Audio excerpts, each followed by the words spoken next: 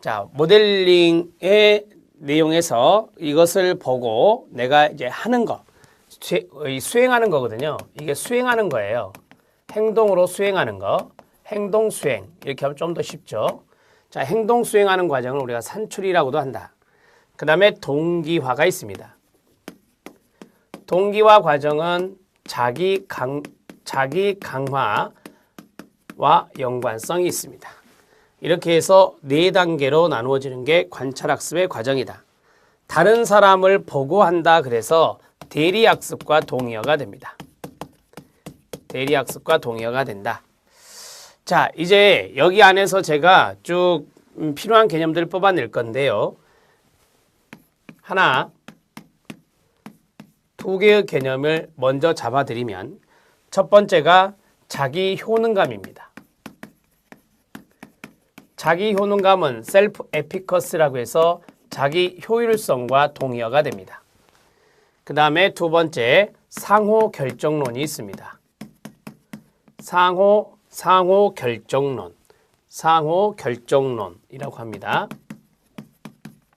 상호 결정론을 삼축 호혜성 모형이라고도 합니다.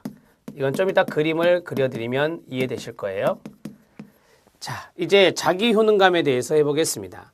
자기 효능감이란 것을 간단히 말씀드리면 인간이 무엇인가를 인간이 하지 말고요. 셀프니까 자신이 할게요.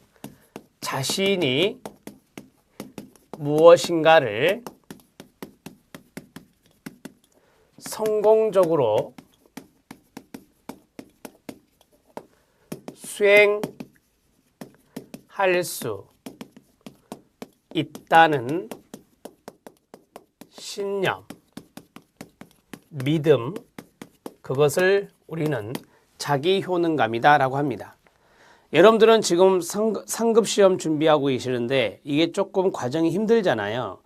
그렇다 하더라도 여러분들 마음속에는 이러한 자기 효능감이 상당히 높게 형성되어 있어야 됩니다.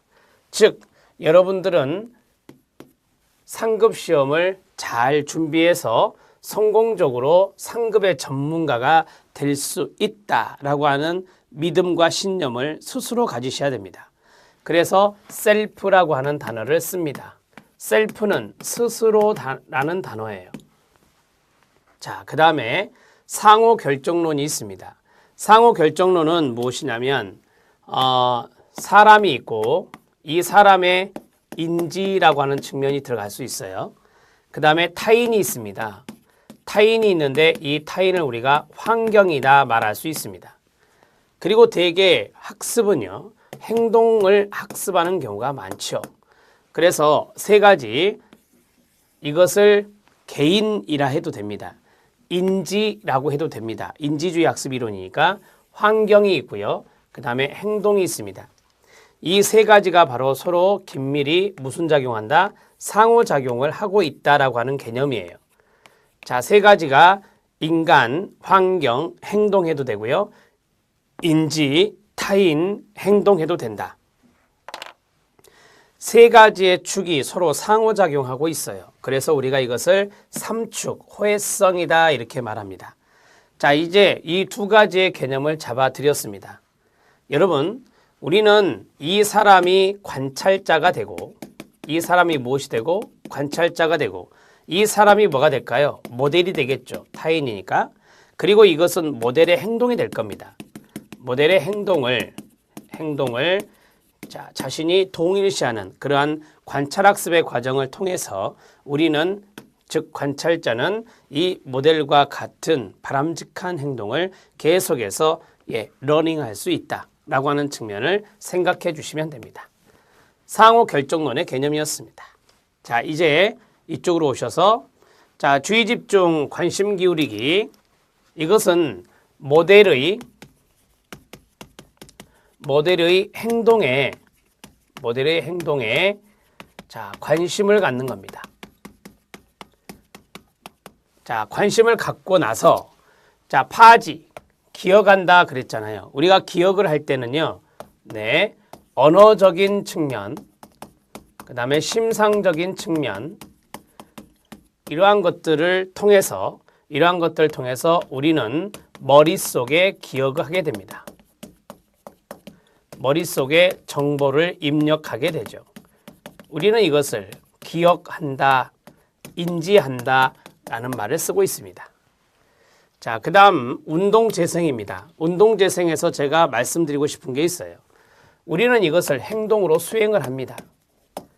자, 행동으로 수행한다, 나타낸다 라고 하는 거죠. 자, 행동 수행을 하면 판단을 하게 됩니다. 자기 스스로 판단하게 됩니다. 그리고 자기 반응이 나타나게 되는 겁니다. 행동 수행을 해서 자기 판단을 하고 그 다음에 자기 반응 과정을 거친다. 저는 이것을 수행, 판단, 반응이라고 머릿속에 넣고 있습니다. 수행을 하고 자신이 판단을 하고 그 다음에 리액션을 보이는 것이 바로 자기 조정, 자기 규제라고 하는 것입니다. 여러분들이 이 반두라의 사회학습 이론에서 유독 많이 나오는 단어가 바로 자기라고 하는 단어예요. 셀프라고 하는 단어거든요. 이거는 자기 스스로 하는 겁니다. 자기 스스로 행동을 수행하고 판단하고 반응을 해보는 것이죠. 자, 그리고 나서 동기화가 됐는데 동기화 밑에 뭐가 있죠? 자기강화란 말이 있습니다. 정적 보상이 주어지겠죠. 정적 보상의 결과 땡땡 자기 스스로 바람직한 행동을, 강화라고 하는 것은 바람직한 행동을 증가시키는 거니까요. 바람직한 행동을 증가시켜 나갑니다. 자, 여기가 바로 셀프라고 하는 부분이고요. 바람직한 행동이 증가되는 것을 우리가 강화라고 배웠어요. 따라서 이것이 바로 자기 강화가 되는 것입니다. 자, 이 자기 강화는 말 그대로 또 셀프가 나왔잖아요. 스스로라고 하는 단어가 들어갔다라고 하는 것이죠. 여기 있습니다. 그래서 쓰지는 않겠습니다. 자, 이러한 과정을 거치는 게 바로 관찰학습의 과정이에요. 그러면 제가 이제 반두라가 말한 개념에 동그라미를 쳐보겠습니다. 한번 잘 따라와 보세요. 처음에 이제 인지라고 하는 단어가 있어요. 인지라고 하는 단어.